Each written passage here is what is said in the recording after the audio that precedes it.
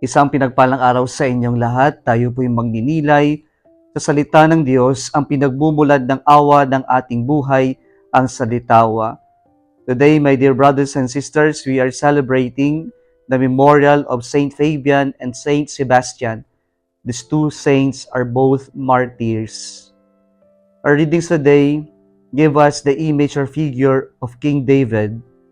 In the first reading, he is presented as a young boy chosen by God to become the king of Israel.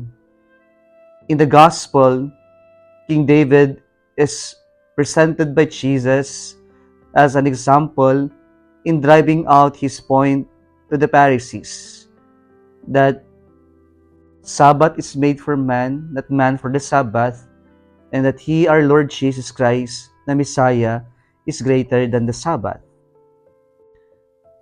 In the first reading, the Lord instructed Samuel to go to Jesse.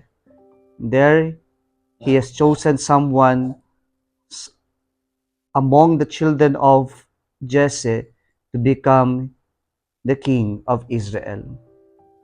And here the Lord gave that very important lesson to Samuel, that the Lord does not judge, does not look on appearance, but on the heart.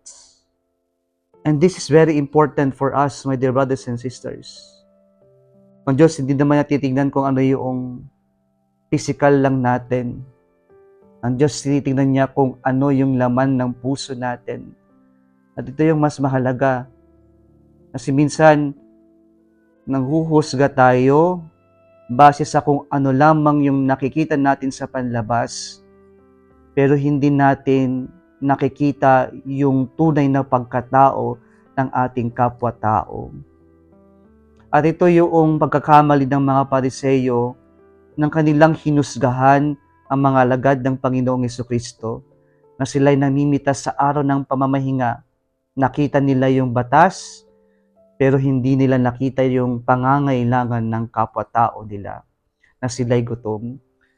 And so in defending his disciples, the Lord Jesus Christ told them about what King David did on a day of a Sabbath when he and his companions and armies were hungry, and the only available food for them is that consecrated bread that only priest was allowed to eat.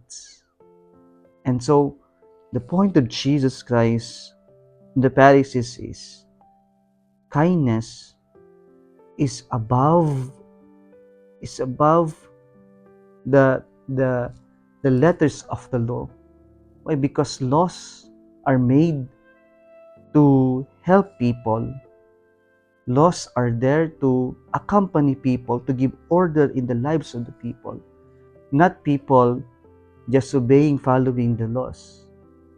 Ang pinupunto ng Diyos ay wag natin gamitin ang batas para magpabigat sa buhay ng tao, pero yung batas ay nariyan para tumulong gumabay sa ating mga tao.